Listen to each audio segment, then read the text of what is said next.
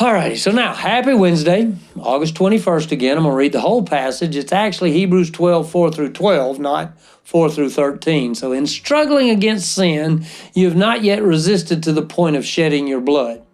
And you have forgotten the exhortation that addresses you as sons. My son, do not take the Lord's discipline lightly, or lose heart when you are reproved by him.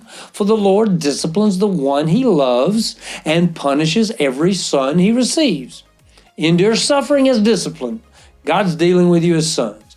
For what son is there that a father does not discipline? But if you are without discipline, which all receive, then you are illegitimate children and not sons. Furthermore, we had human fathers discipline us, and we respected them. Shouldn't we submit even more to the Father of lights or the Father of spirits and live? For they disciplined us for a short time based on what seemed good to them, but he does it for our benefit so that we can share his holiness. No discipline seems enjoyable at the time, but painful. Later on, however, it yields the peaceful fruit of righteousness to those who have been trained by it. Therefore, strengthen your tired hands and weakened knees, and make straight paths for your feet, so that what is lame may not be dislocated, but healed instead. My mistake. That does go all the way through verse 13. That part about straight paths for your feet. That's verse 13.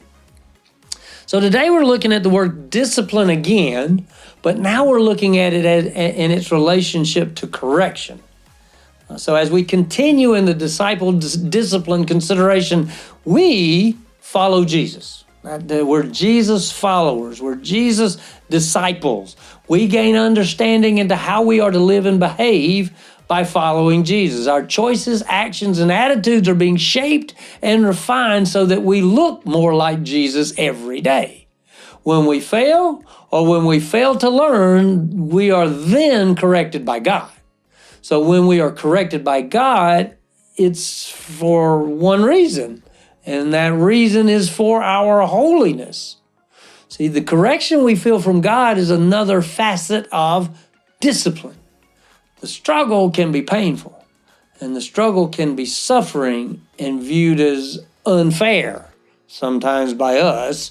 However, if we recognize our struggle and suffering as our Father's loving discipline, we can know that it is for our good and for our holiness. We are being trained in righteousness. Remember that James echoes this when he says, rejoice in trials.